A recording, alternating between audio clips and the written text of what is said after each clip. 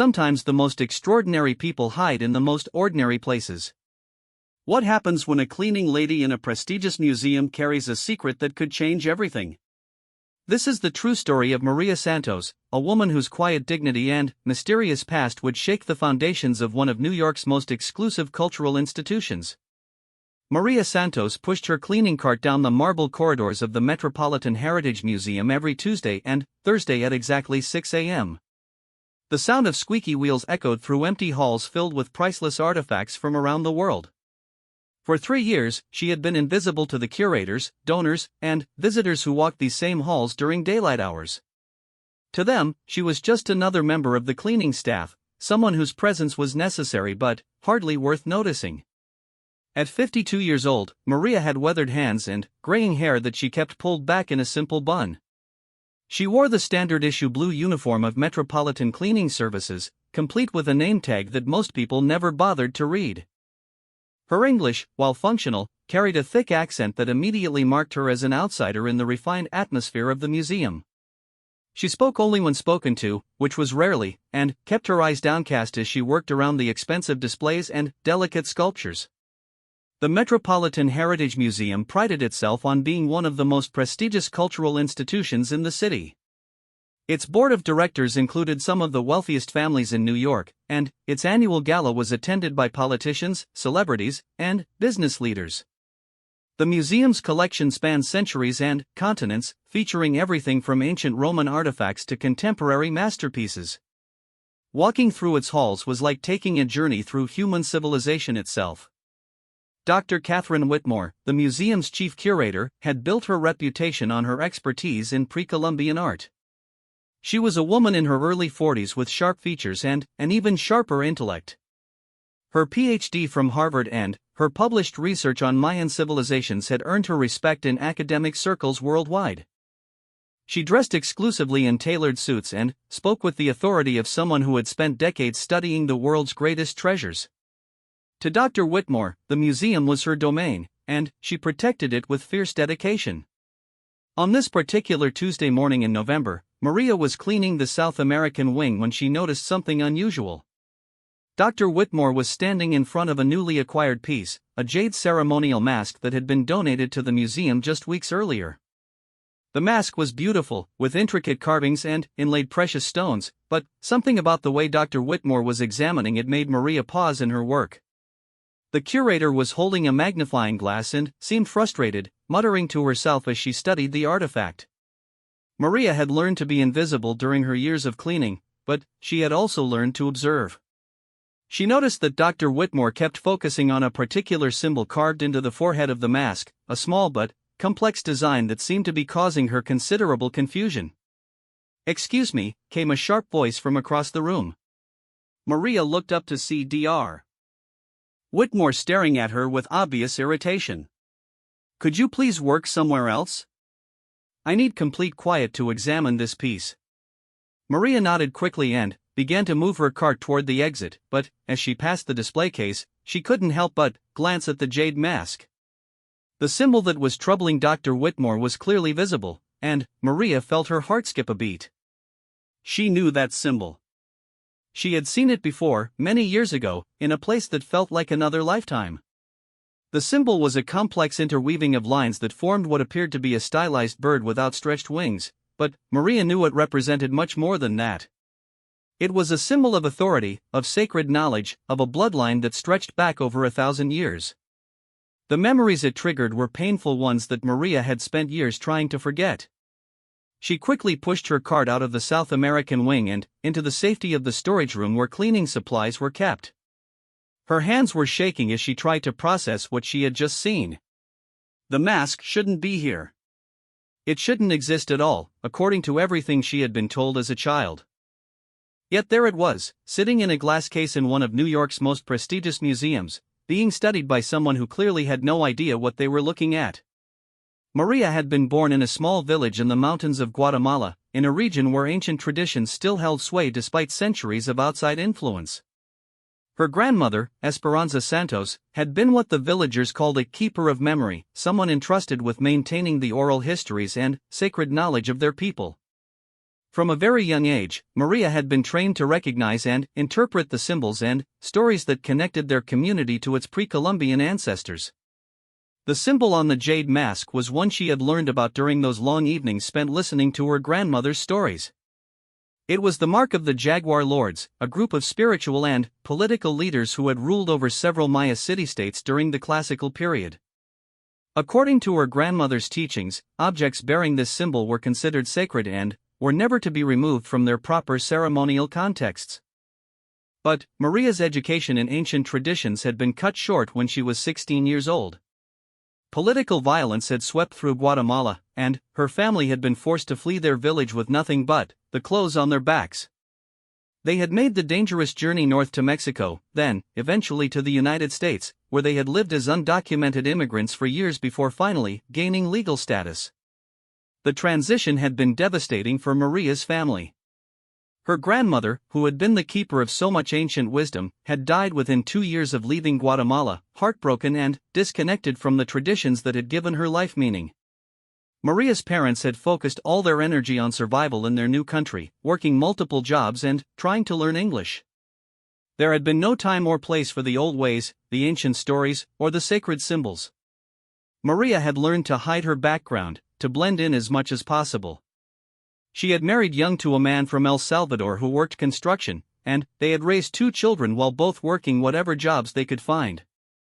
The cleaning job at the Metropolitan Heritage Museum had been a blessing when she got it 3 years earlier.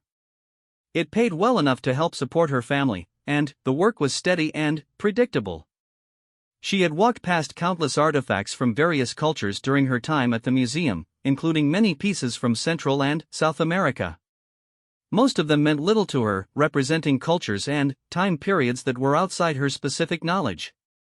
But she had occasionally recognized symbols or designs that connected to her grandmother's teachings, and each time it had been like hearing an echo from a world she had lost. Now, faced with this jade mask bearing the symbol of the Jaguar Lords, Maria felt overwhelmed by conflicting emotions. Part of her wanted to forget what she had seen and continue with her quiet, invisible life.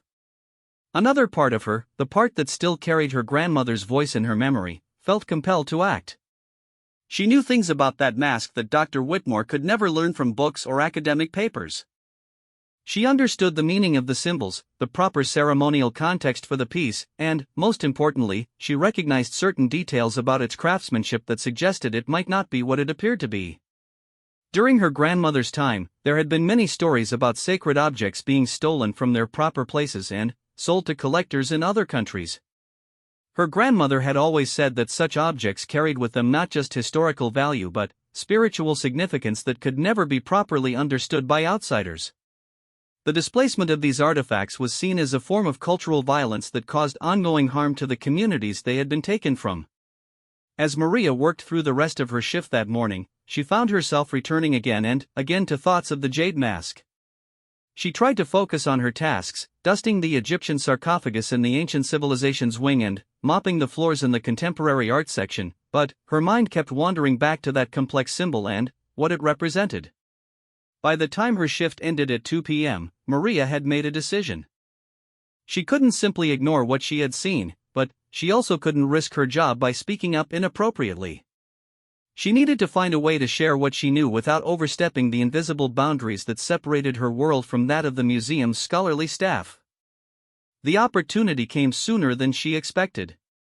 As she was preparing to leave, she overheard Dr. Whitmore talking on her phone in the main lobby. The curator sounded frustrated and was speaking to someone about difficulties in authenticating the jade mask. She mentioned that the symbols were proving difficult to interpret and that she was considering bringing in additional consultants to help with the analysis. Maria hesitated at the edge of the lobby, knowing that what she was about to do could change everything. She had spent years perfecting the art of invisibility, of moving through spaces without drawing attention to herself. Now she was about to step directly into the light and risk everything she had worked to build. Taking a deep breath, Maria approached Dr. Whitmore's desk. The curator was still on the phone, and Maria waited patiently until the call ended. "When Dr. Whitmore looked up and saw her standing there. Her expression showed surprise and a hint of annoyance. "Yes? What is it?" Dr. Whitmore asked, glancing at her watch. "Excuse me, Dr. Whitmore," Maria said, her accent thick with nervousness. "I am sorry to bother you, but I hear you talking about the jade mask in the South American wing." Dr. Whitmore's eyebrows rose. "I'm sorry, but matters of authentication and research are not really appropriate topics for." She paused, clearly struggling with how to dismiss Maria politely. "I know about the symbol," Maria continued, her voice barely above a whisper. "The bird's symbol on the forehead. I know what it means." For a moment, Dr. Whitmore simply stared at her. Then, she laughed, a sound that held no humor. "I appreciate your interest, but these are complex pre-Columbian religious symbols that require years of specialized study to understand. I have a PhD in Mesoamerican archaeology and access to the world's leading experts in Maya iconography." Maria felt her face flush with embarrassment, but she pressed on. "My grandmother was from Guatemala. She taught me about the old symbols, the old stories. That symbol, it is the mark of the jaguar lords. It means sacred authority, but also..." She struggled to find the English words for concepts that she had learned in her native language. "It means danger for those who touch it without proper knowledge." Dr. Whitmore's expression had shifted from dismissive to actively hostile. "I think you should focus on your cleaning duties and leave the scholarly work to the professionals," she said firmly. "We have actual experts who specialize in these matters." Maria nodded and backed away from the desk, her face burning with shame. She had known this would happen, but it still hurt to be dismissed so completely. As she walked toward the employee exit, she heard Dr. Whitmore picking up her phone again, probably to call security or complain to the cleaning service about overstepping employees. But, as Maria pushed through the heavy doors that led to the staff parking area, she carried with her the knowledge that she had tried to do the right thing. The jade mask in the South American wing bore the symbol of the jaguar lords, and, according to her grandmother's teachings, that meant it was either incredibly significant or incredibly dangerous. Possibly both. What Maria didn't know was that her brief interaction with Dr. Whitmore had been observed by someone else, someone who had been watching the situation with great interest. Professor David Chen, a visiting scholar from the University of California, had been standing near the information desk when Maria approached the curator. Unlike Dr. Whitmore, Professor Chen had spent significant time working directly with indigenous communities in Central America, and he had learned to recognize when someone possessed knowledge that couldn't be found in textbooks. As Maria disappeared through the staff exit, Professor Chen approached Dr. Whitmore's desk. He was a man in his late 30s with kind eyes and the patient demeanor of someone who had spent years building trust with people who had good reasons to be wary of outsiders. "Excuse me, Catherine," he said, using the familiar form of address that indicated their professional relationship. "I couldn't help but overhear that conversation. Did that woman say she recognized the symbols on the jade mask?" Dr. Whitmore looked up from her phone with visible irritation. "One of the cleaning staff seems to think she's an expert on Maya iconography. I swear, sometimes people watch one documentary and think they understand ancient civilizations." Professor Chen frowned. "What exactly did she say about the symbols?" "Something about jaguar lords and sacred authority. The usual mystical nonsense that people associate with pre-Columbian cultures." Dr. Whitmore waved her hand dismissively. "I don't have time for this kind of interference with serious academic work." But Professor Chen was already walking toward the South American wing, his mind racing with possibilities. He had spent enough time in Guatemala and southern Mexico to know that traditional knowledge holders often possessed information that had been passed down through oral tradition for centuries. Such knowledge was sometimes more accurate than academic reconstructions, particularly when it came to understanding the cultural and spiritual significance of artifacts. When he reached the jade mask, Professor Chen examined it carefully through the glass of the display case. The craftsmanship was exquisite, and the symbols were indeed complex and sophisticated. But, as he studied the piece, he began to notice details that troubled him. The patina seemed inconsistent in places, and there were certain stylistic elements that didn't quite match what he would expect from a genuine classical period Maya artifact. More importantly, the symbol that Maria had identified as the mark of the jaguar lords was indeed significant. Professor Chen had encountered references to such symbols in his research, but always in contexts that suggested they were incredibly rare and culturally sensitive. If this woman really did have knowledge about the meaning and significance of such symbols, her insights could be invaluable. As Professor Chen continued his examination of the jade mask, he found himself thinking about Maria Santos and wondering what other knowledge she might possess. Tomorrow, he decided, he would find a way to speak with her again. But, this time, he would approach the conversation with the respect and openness that her potential expertise deserved. In the parking lot outside the museum, Maria sat in her 15-year-old Honda Civic, trying to compose herself before driving home. She had known that speaking up was risky, but the dismissive treatment from Dr. Whitmore still stung. For a moment, she had allowed herself to hope that her knowledge might be valued, that the wisdom her grandmother had passed down might find a place in the world. Instead, she had been reminded once again of her position in the social hierarchy of the museum. She was there to clean and to remain invisible, not to participate in the scholarly mission of the institution. The jade mask would remain in its case, studied by people who might never understand its true significance, while Maria returned to her quiet life of careful invisibility. But, sometimes, the most important moments in our lives begin with the smallest acts of courage. Maria's decision to speak up about the jade mask had set in motion a series of events that would challenge everything both she and the museum thought they knew about expertise, authority, and the true meaning of cultural heritage. The next Thursday morning arrived with an unexpected chill in the air, and Maria Santos found herself arriving at the Metropolitan Heritage Museum 15 minutes early. She had spent the past 2 days replaying her interaction with Dr. Whitmore, alternating between regret and a stubborn pride in having spoken up. Her husband Carlos had listened patiently as she explained what had happened, offering quiet support in his usual way. "Maybe you should forget about it, mi amor," he had said the night before. "Sometimes it's better to keep our heads down and do our work." But Maria couldn't forget about the jade mask or the symbol that had awakened so many memories. As she prepared her cleaning cart for the day's work, she found herself hoping that she might catch another glimpse of the artifact, even if she had to remain silent about what she knew. The early morning hours at the museum were her favorite time to work. The building felt peaceful and sacred in a way that reminded her of the old church in her village back in Guatemala, where she had often gone with her grandmother to light candles and whisper prayers. The artifacts seemed to hold different energy in the quiet hours before the museum opened to the public, as if they were resting and dreaming of their ancient homes. Maria was polishing the glass cases in the ancient civilizations wing when she heard footsteps approaching. She looked up to see a man she didn't recognize walking toward her with a gentle smile. He was Asian American, probably in his late 30s, dressed casually in khakis and a button-down shirt. Unlike the formal attire typically worn by the museum's curators and administrators, his clothes suggested someone more comfortable in fieldwork than board meetings. "Excuse me," he said, and Maria immediately tensed, expecting another dismissive interaction. "Are you Maria Santos?" She nodded cautiously, wondering how he knew her name and what kind of trouble she might be in now. "My name is David Chen. I'm a visiting professor here, working on some research with the pre-Columbian collection." He paused, seeming to choose his words carefully. "I understand that you had a conversation with Dr. Whitmore about the jade mask in the South American wing."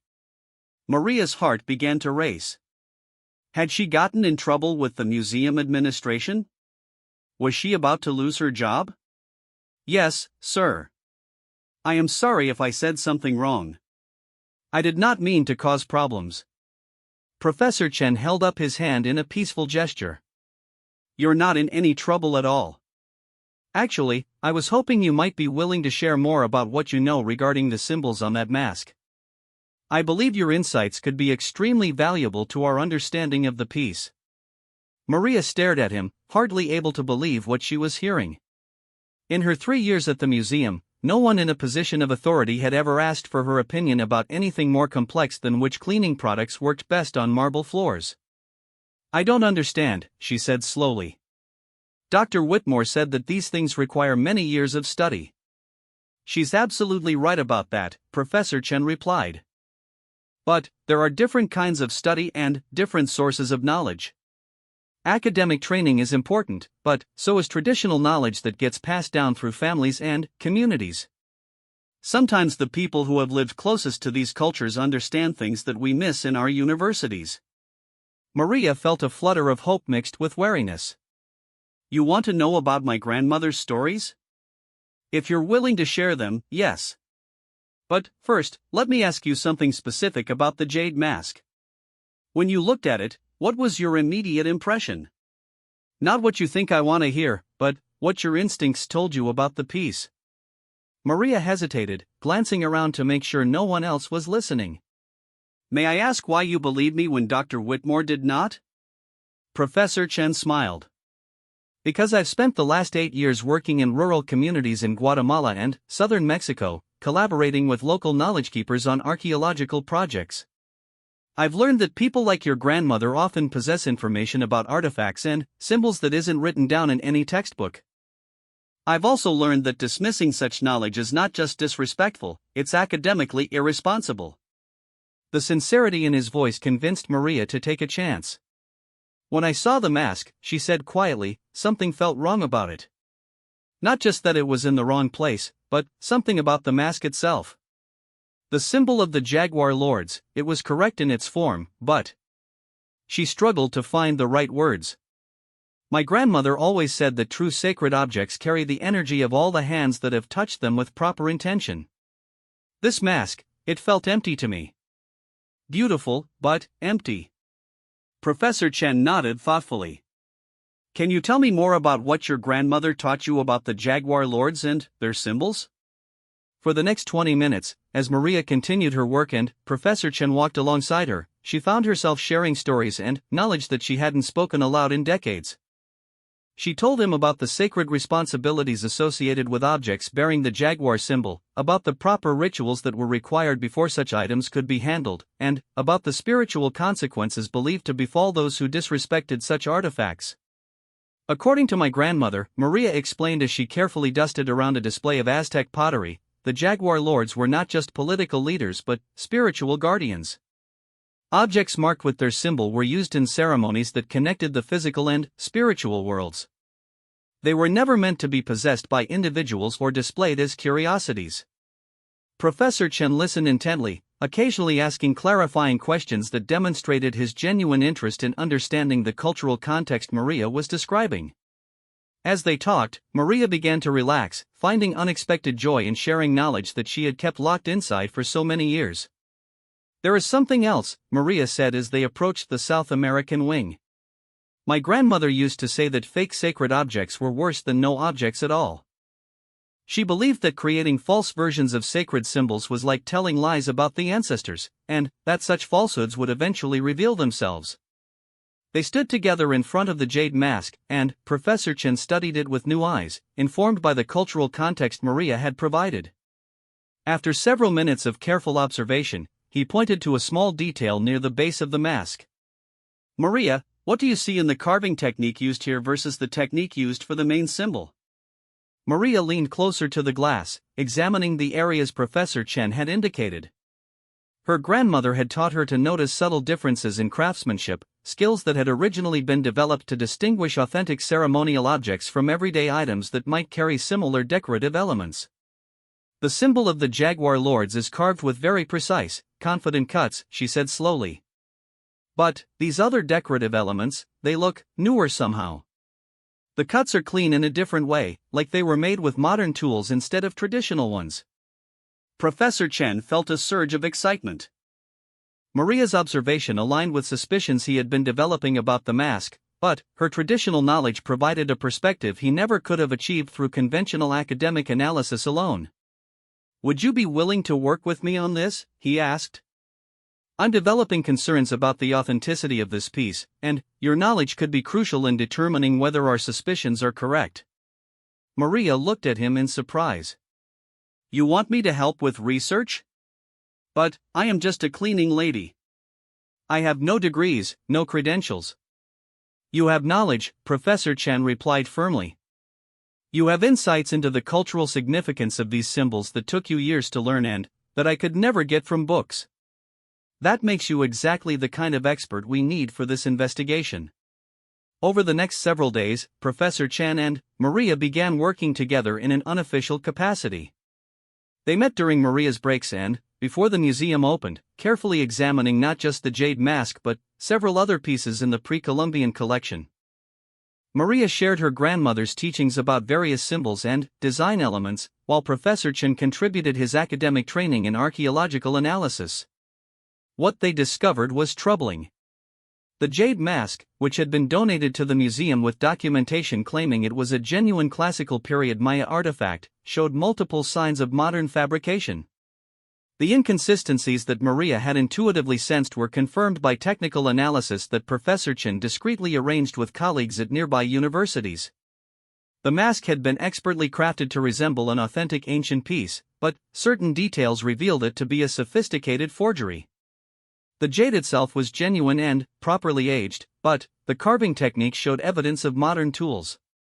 Most importantly, the cultural and spiritual elements that Maria understood through her traditional knowledge were incorrectly applied in ways that suggested the forger had worked from photographs and academic descriptions rather than true understanding of the ceremonial context.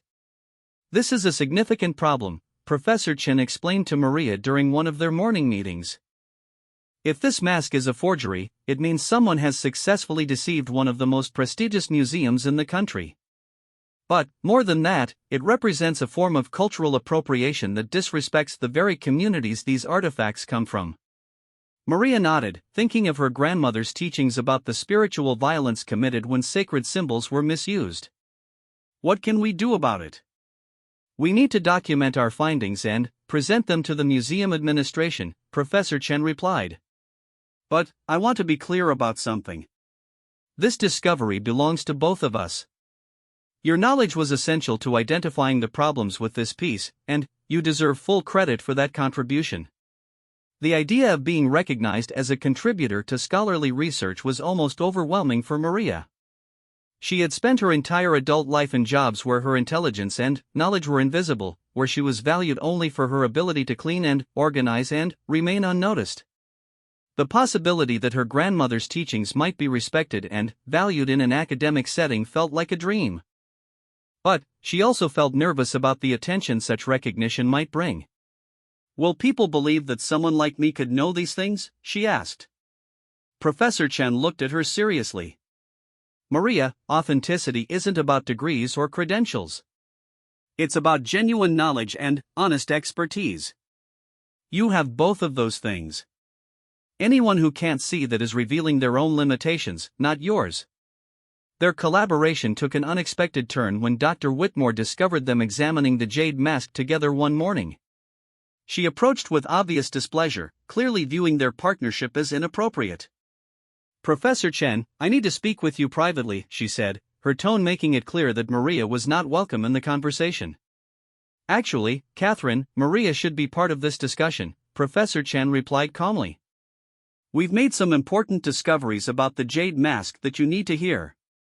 Dr. Whitmore's expression shifted to barely concealed irritation. I think we've already established that authentication requires academic expertise, not folk stories and superstitions. The dismissive words stung Maria, but Professor Chen's response was immediate and firm. With respect, Catherine, that attitude is exactly why we've missed the signs that this mask is likely a forgery. Maria's traditional knowledge identified inconsistencies that our academic training overlooked. The word forgery got Dr. Whitmore's immediate attention. What are you talking about? Over the next 30 minutes, Professor Chen carefully presented the evidence they had gathered, giving full credit to Maria's contributions in identifying the cultural and technical inconsistencies in the mask. He showed Dr. Whitmore the results of discrete technical analyses he had arranged, all of which supported their conclusion that the mask was a sophisticated modern fake. Dr. Whitmore listened with growing alarm as the implications became clear. The museum had not only been deceived by a clever forgery, but they had put the piece on display and were preparing to feature it in an upcoming exhibition. The potential damage to the museum's reputation was enormous. If this information becomes public before we can handle it properly, Dr. Whitmore began, her face pale with concern. Then, we handle it properly, Professor Chen interrupted. We acknowledge that we were initially deceived, we remove the piece from display, and we use this as an opportunity to demonstrate the museum's commitment to authenticity and cultural respect. We also acknowledge the expertise that helped us identify the problem. Dr. Whitmore looked at Maria, who had remained quiet during most of the conversation. For the first time, the curator seemed to see her as something other than invisible service staff. "You're certain about your interpretation of the symbols?" Dr. Whitmore asked. Maria met her eyes steadily. "My grandmother spent 70 years learning and teaching these things. She taught me to recognize when sacred symbols are used incorrectly or without proper understanding. This mask has the right shapes, but not the right spirit." Dr. Whitmore was quiet for a long moment. Finally, she nodded slowly. "We'll need to form a proper authentication committee to review our findings. Professor Chen, I assume you'll be willing to serve on that committee?" "Of course," he replied. "And I believe Maria should serve on it as well, given her crucial role in identifying the problems with the piece." The suggestion clearly made Dr. Whitmore uncomfortable, but she couldn't deny the logic of including the person whose expertise had uncovered the forgery. That's unconventional, but, given the circumstances, perhaps appropriate. As they walked away from the South American wing that morning, Maria felt as if her entire world had shifted. She was no longer just a cleaning lady who happened to work in a museum. She was a knowledge keeper, someone whose expertise had value and deserved respect. The recognition felt both thrilling and terrifying. "What happens now?" she asked Professor Chen. "Now we do the careful work of documenting everything we've discovered, and we help the museum handle this situation with integrity," he replied. "But, Maria, I want you to understand something important. This is just the beginning. Your knowledge about pre-Columbian cultures and symbols could contribute to research projects for years to come. If you're interested, there are opportunities for you to become more formally involved in this kind of work." The possibility seemed almost impossible to Maria. She thought about her grandmother Esperanza, who had died believing that the knowledge she had spent her life preserving would disappear forever in the new country. Now that knowledge was not only valued but essential to protecting the cultural integrity of artifacts from their homeland. As Maria prepared to continue her cleaning duties, she carried with her a sense of purpose she hadn't felt in decades. The jade mask that had started this journey was indeed a forgery, but the process of uncovering that truth had revealed something far more valuable: the recognition that wisdom comes in many forms and that authentic expertise cannot be measured by degrees alone. But the real test of this new recognition was still to come. Would the museum world truly accept Maria as a legitimate expert, or would she face resistance from those who couldn't see past her job title and background? The authentication committee would be her first opportunity to prove that knowledge and insight matter more than credentials and social status. Tomorrow would bring new challenges, but for the first time in years, Maria Santos felt ready to face them with her head held high and her grandmother's wisdom shining as a light in the academic darkness. The authentication committee meeting was scheduled for a Tuesday morning in the museum's main conference room, a space that Maria had cleaned countless times but never imagined she would sit in as a participant. As she walked through the familiar corridors wearing her best dress instead of her cleaning uniform, she felt the weight of eyes following her. Word had spread quickly through the museum staff that something unusual was happening with the jade mask, and Maria's sudden elevation from invisible cleaning lady to expert consultant had become the subject of whispered conversations throughout the building. Dr. Elizabeth Morrison, the museum's director, had called the meeting to address what she privately referred to as the authentication crisis. At 65 years old, Dr. Morrison had built her career on maintaining the Metropolitan Heritage Museum's reputation for scholarly excellence and cultural integrity. The possibility that they had been displaying a sophisticated forgery threatened everything she had worked to establish. When Maria entered the conference room, she found herself facing a table of distinguished academics and museum professionals. Besides Dr. Morrison, Dr. Whitmore, and Professor Chen, there were 3 external experts who had been brought in to provide objective analysis: Dr. James Rodriguez from Columbia University, an expert in Mesoamerican archaeology; Dr. Sarah Kim from the Smithsonian Institution, who specialized in art authentication; and Dr. Michael Thompson from the University of Chicago, whose research focused on the illegal antiquities trade. The contrast between Maria's background and the credentials of the other committee members was obvious to everyone in the room. While the others had degrees from prestigious universities and publications in academic journals, Maria had a high school education from Guatemala and 3 years of experience cleaning museum floors. Yet she was there because her knowledge had proven essential to uncovering what might be the museum's biggest authentication failure in decades. Before we begin our formal review, Dr. Morrison said, addressing the room, I want to acknowledge the unusual circumstances that brought us together. Ms. Santos, we appreciate your willingness to share your expertise with us, and I want to assure you that your contributions will be treated with the same respect we give to any scholarly input. Maria nodded, feeling both grateful for the acknowledgement and nervous about living up to the expectations that had been set. Professor Chen had spent hours preparing her for this meeting, helping her organize her thoughts and encouraging her to trust in the validity of her knowledge. Dr. Rodriguez, the Columbia professor, was the first to speak. I've reviewed the technical analysis that Professor Chen arranged, and the evidence for modern fabrication is quite compelling. However, I'd like to understand more about the cultural analysis that first raised suspicions about this piece. Ms. Santos, could you walk us through your initial observations? For a moment, Maria felt overwhelmed by the formality of the situation.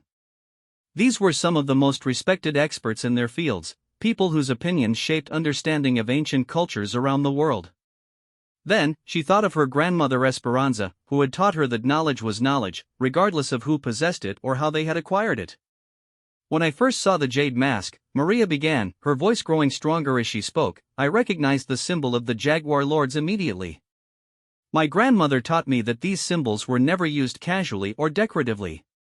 They marked objects that were sacred, that had specific ceremonial purposes, and that required proper spiritual preparation before they could be handled. She paused, looking around the room to gauge the reactions of the committee members. Dr. Thompson was taking notes, while Dr. Kim leaned forward with obvious interest. But, when I looked at this mask, Maria continued, something felt wrong. The symbol was correct in its form, but it was placed incorrectly in relation to the other decorative elements. My grandmother always said that authentic sacred objects tell a story through their symbols, like words in a sentence. This mask had the right words, but they were arranged in a way that made no sense. Dr. Whitmore, who had been skeptical of Maria's expertise just weeks earlier, now found herself asking detailed questions about the traditional knowledge that informed these observations. Can you be more specific about what you mean by proper ceremonial purposes? How would that affect the physical construction of an artifact like this mask? Maria explained that according to her grandmother's teachings, masks bearing the Jaguar Lord symbol would have been used in specific rituals related to royal succession and spiritual transformation. The positioning of symbols on such masks followed precise rules that reflected the spiritual journey the wearer was undertaking. In this mask, Maria said, pointing to a photograph of the artifact that had been provided for the meeting, the Jaguar Lord symbol is positioned as if it were the most important element, but the supporting symbols suggest a different kind of ceremony entirely. It's like someone tried to combine symbols from different types of sacred objects without understanding how they relate to each other. Dr. Kim, the authentication expert from the Smithsonian, was visibly impressed. That level of cultural analysis requires extremely sophisticated understanding of symbolic systems. Ms. Santos, how extensive was your training in these traditions? I learned from my grandmother from the time I was very young until I was 16, when we had to leave Guatemala, Maria replied. But it wasn't just learning facts or symbols. It was learning to see the connections between things, to understand how spiritual beliefs shape physical objects, and to recognize when something feels authentic versus when it feels empty or false. The discussion continued for over 2 hours, with Maria providing cultural context that helped the academic experts understand not just what was wrong with the jade mask, but why those problems were significant. Her knowledge filled gaps in their understanding that they hadn't even realized existed. Dr. Rodriguez summed up the emerging consensus. What we're seeing here is a forgery that was created by someone with access to excellent visual references and high-quality materials, but without deep understanding of the cultural and spiritual context that would inform an authentic piece. The forger got the surface details right but missed the underlying logic that would make this mask culturally coherent. Dr. Morrison looked troubled as the implications became clear. This suggests a level of sophistication in the forgery that's quite concerning. If someone can create fakes this convincing, we may need to re-evaluate other pieces in our collection. Professor Chen seized on this opening. That's exactly why Maria's expertise is so valuable to institutions like ours. Traditional cultural knowledge provides a layer of authentication that technical analysis alone can't achieve. We need to find ways to incorporate this kind of expertise into our standard authentication processes. The suggestion sparked a lengthy discussion about how museums could better work with traditional knowledge holders and community experts. Dr. Morrison was intrigued by the possibilities but also concerned about practical implementation. Ms. Santos, she said, turning to Maria directly, would you be interested in working with us on a more formal basis? We could create a consulting position that would allow you to review pre-Columbian acquisitions and provide cultural authentication services. The offer was beyond anything Maria had ever imagined. A few weeks earlier, she had been afraid of losing her cleaning job for speaking out of turn. Now she was being offered the opportunity to become a professional consultant, to use her grandmother's knowledge in service of protecting cultural heritage. I would be honored, she replied, but I want to make sure I understand what this would mean. Would I still be able to keep my current job? My family depends on that income. Dr. Morrison smiled. We would structure this as additional compensation for specialized consulting work. Your cleaning position would remain secure, and the consulting work would provide supplementary income. Over time, depending on how things develop, we might be able to offer you a different kind of position if that interests you. As the meeting concluded, Maria felt overwhelmed by how dramatically her life had changed in just a few short weeks. But the real transformation came in the days that followed, as word of her expertise spread beyond the Metropolitan Heritage Museum. Professor Chen had been in contact with colleagues at other institutions, sharing the story of how traditional knowledge had uncovered a sophisticated forgery. Within a month, Maria was receiving requests from museums and universities around the country, asking her to consult on pre-Columbian artifacts and authentication questions. The Museum of Fine Arts in Boston wanted her to review their Maya collection. The Getty Museum in Los Angeles was interested in her insights on a recently acquired ceremonial vessel. Universities from Texas to Michigan were inviting her to speak about the role of traditional knowledge in archaeological research. Each opportunity brought new challenges and new rewards. Maria found herself traveling to places she had never imagined visiting, working with scholars who valued her expertise and treated her as an equal partner in their research. The knowledge that her grandmother had feared would be lost forever was now contributing to the preservation and understanding of cultural heritage on a national level. But perhaps the most meaningful moment came 6 months after the Authentication Committee meeting, when Maria received a letter from a young woman named Elena Ramirez. Elena was a graduate student in anthropology at UCLA, the daughter of immigrants from Honduras, who had read about Maria's work in an academic journal article co-authored by Professor Chen. Dear Ms. Santos, the letter began, I wanted to thank you for showing people like me that our family's knowledge has value in the academic world.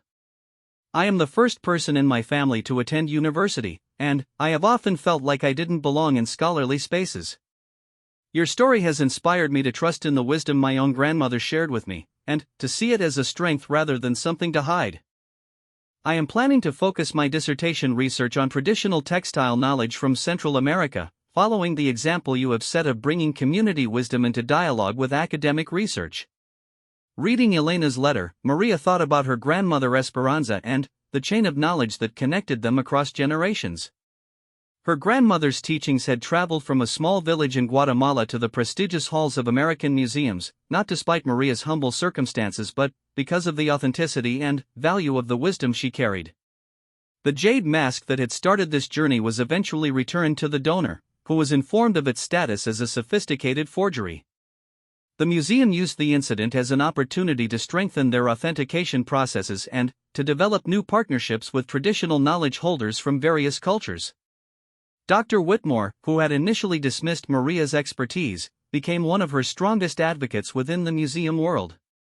She later admitted that the experience had challenged her assumptions about where expertise could be found and had made her a better scholar as a result. I spent so many years thinking that academic credentials were the only measure of legitimate knowledge, she told Maria during one of their collaborations. I almost missed one of the most important learning opportunities of my career because I couldn't see past my own prejudices about who qualified as an expert. A year after the Authentication Committee meeting, Maria Santos stood in front of the South American wing of the Metropolitan Heritage Museum, but this time she wasn't there to clean. She was leading a tour for a group of visiting scholars, explaining the cultural significance of the artifacts on display and sharing insights that could only come from someone who carried traditional knowledge in her heart. Her business card now read Maria Santos, Cultural Heritage Consultant, but the title she treasured most was the one Elena Ramirez had given her in another letter, Keeper of Memory, the same phrase her grandmother Esperanza had used to describe her own role in their village so many years ago.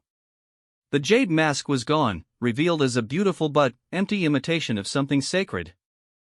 In its place was something far more valuable, the recognition that wisdom comes in many forms, that expertise cannot be measured by degrees alone, and that sometimes the most important knowledge is carried by those who have learned to see what others miss. As Maria finished her tour and watched the scholars scatter to examine various artifacts with new eyes informed by her insights, she felt her grandmother's presence strongly. The knowledge that had seemed lost when they fled Guatemala had not disappeared after all. It had simply been waiting for the right moment and the right opportunity to shine its light into the world, proving once again that authentic wisdom never truly dies, it just waits patiently for someone brave enough to speak it aloud. Maria Santos had thought she didn't belong in the world of museums and academia. Instead, she discovered that the world of museums and academia had been incomplete without her. And, in recognizing the value of her knowledge, they had all learned something important about the many different ways that people can be experts, the many different sources from which wisdom can flow, and the beautiful things that happen when we have the courage to listen to voices we might otherwise overlook. The symbol of the Jaguar Lords had indeed brought transformation, just not in the way anyone had expected. Instead of marking a sacred object from the past, it had marked the beginning of a new understanding about knowledge, respect, and the importance of including all voices in the ongoing work of preserving and understanding human cultural heritage.